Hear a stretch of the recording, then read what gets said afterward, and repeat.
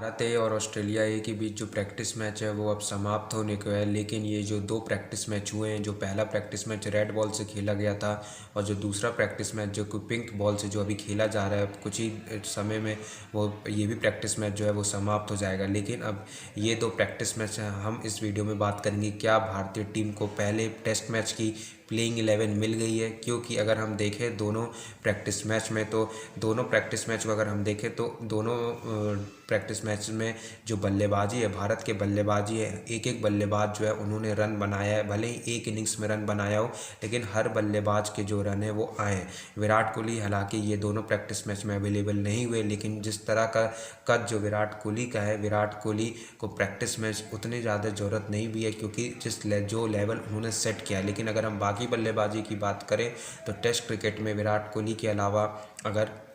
Alien conditions में या फिर सेना कंडीशंस में हमको जीत प्राप्त करनी है तो वहाँ पे बल्लेबाजी चलना बहुत ज़रूरी है। और ये दोनों प्रैक्टिस मैच में हर बल्लेबाज ने अपने लिए रन तो बनाए, लेकिन अब जो सवाल उठता है कि क्या टीम इंडिया की मैनेजमेंट या फिर कप्तान विराट कोहली के लिए ये गारंटी हो गई है या फिर उन्होंने मन बना लिया है कि कौन सी जो प्लेइंग 11 है आपको पहले टेस्ट मैच में आपको खेलते दिख सकती है। तो पहले हम बात करेंगे इसमें ओपनर्स की। तो यहाँ पे जो ओपनर्स का स्लॉट है, यहाँ पे 4 ओपनर्स अवेलेबल थे टीम इंडिया के पास, जिसमें मयंक अग्रवाल, केएल राहुल, पृथ्वी शॉ और शुभमन गिल। ये 4 ऑप्शन जो अवेलेबल थे, उसमें से आप केएल राहुल को टीम इंडिया ने पहले ही इस दौर से बाहर रखा है, क्योंकि अगर वो पिंक बॉल टेस्ट मैच जो प्रैक्टिस मैच चल रहा है अगर उसमें अवेलेबल नहीं हुए तो इसका मतलब ये है कि अभी जो केएल राहुल का बहुत लोगों को लग रहा था कि शायद वो कमबैक कर सकते हैं अभी टेस्ट क्रिकेट में, लेकिन अभी वो इस चीज़ से टीम इंडिया की जो मैनेजमेंट है या फिर सोच जो उनकी है, उनसे इस सोच से उन्होंने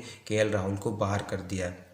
अब बात बचती है मयंक अग्रवाल पे। तो मयंक अग्रवाल का 100% श्योर है कि मयंक अग्रवाल आपको प्लेइंग 11 में आपको खेलते ज़रूर नज़र आएंगे, क्योंकि जैसा उन्होंने पिछले साल इंडिया के होम कंडीशंस में जिस तरह का परफॉर्मेंस किया था, 2 दोहरे शतक थे और उन्होंने लगातार आईपीएल में भी अच्छा परफॉर्मेंस किया है। तो उनके जो अभी जो परफॉर्मेंस चल रहा है उस परफॉर्मेंस को भी आधार माने तो यहाँ पे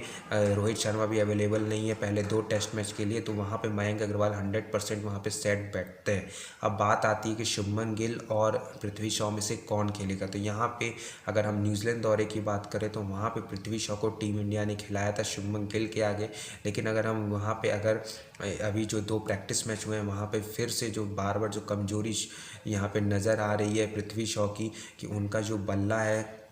और जो पैर है वो दोनों के बीच जो कैची बनती है, जहाँ पे जो पैर है वो आगे नहीं जाता है बॉल के लिए, और वहाँ पे वो दिक्कत जो सुनील गावस्कर सर ने भी कही थी आईपीएल के दौरान कि वो थोड़ा सा इम्प्रूव करना पड़ेगा पृथ्वी शॉ का, और वही दिक्कत जो यहाँ पे पृथ्वी शॉ को बार बार झेल रहे हैं वो, और यहाँ पे वो 2 दफ़ा आउट भी हो चुके हैं आगे वाली बॉल पर। और जो कमजोरी पृथ्वी शॉ और शुभमन गिल को हम कंपेयर करें तो शुभमन गिल ज़्यादा अच्छा शॉर्ट बॉल को खेलते हैं, लेकिन वहीं पे जो पृथ्वी शॉ की जो कमजोरी है वो शॉर्ट बॉल पर है। तो यहाँ पे पृथ्वी शॉ को मेरे को नहीं लगता कि टीम इंडिया शायद पहले टेस्ट मैच में पृथ्वी शॉ के साथ ओपनिंग करवाए, क्योंकि शुभमन गिल ने ये दोनों प्रैक्टिस मैच में 3 सॉलिड नॉक खेले हैं। एक ही दफ़ा हुआ है कि वो जल्दी आउट हुए, लेकिन 3 बार वो सेट हुए हैं। तो सेट हुए हैं अगर हम पृथ्वी शॉ से कंपेयर करें तो पृथ्वी शॉ के कंपेयर में शुभमन गिल ने इस पूरे दोनों जो प्रैक्टिस मैच हुए दोनों प्रैक्टिस मैच में इन्होंने दिखाया है कि उनके पास जो कॉन्फिडेंस है और साथ ही जो गेम सेंस है वो पृथ्वी शॉ से कई गुना ज़्यादा अच्छा है। तो यहाँ पे मुझे लगता है कि अगर भारतीय टीम की जो मैनेजमेंट है अगर कोई 2 ओपनर्स को वो सेलेक्ट करेंगी तो यहाँ पे पहला होगा मयंक अग्रवाल जिनका 100% खेलना पक्का है, और दूसरे जो बल्लेबाज है दूसरे ओपनर होंगे शुभमन गिल। 3 नंबर पे पुजारा खेलेंगे। हालांकि पुजारा ने इस पिंक बॉल प्रैक्टिस मैच को खेला नहीं है, लेकिन ये आश्चर्यजनक था कि उनको मौका देना चाहिए, क्योंकि वो 7-8 महीने के क्रिकेट के बाद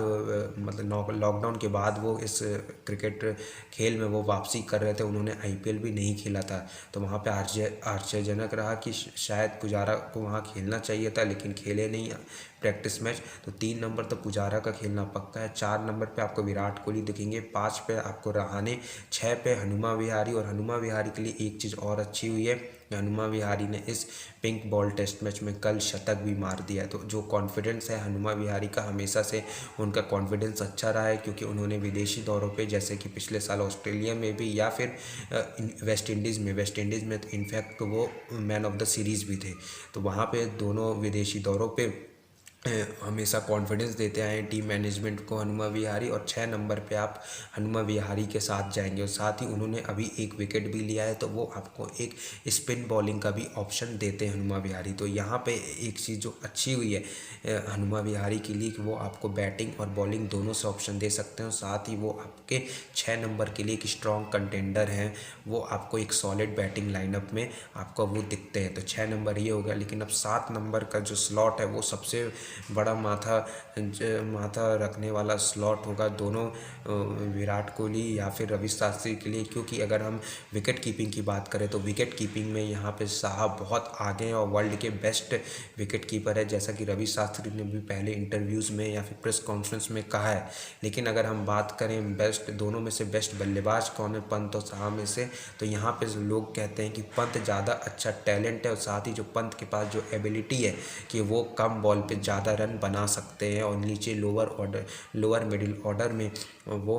काबिलियत रखते हैं कि वो लोअर मिडिल ऑर्डर बैट्समैन के साथ वो रन बना सकते हैं। तो यहाँ पे मुझे लगता है कि शायद टीम इंडिया की जो अप्रोच रहती है, जो न्यूजीलैंड में उन्होंने दिखाया था कि शायद वो बैटिंग को ज़्यादा यहाँ पे काबिलियत रखते हैं।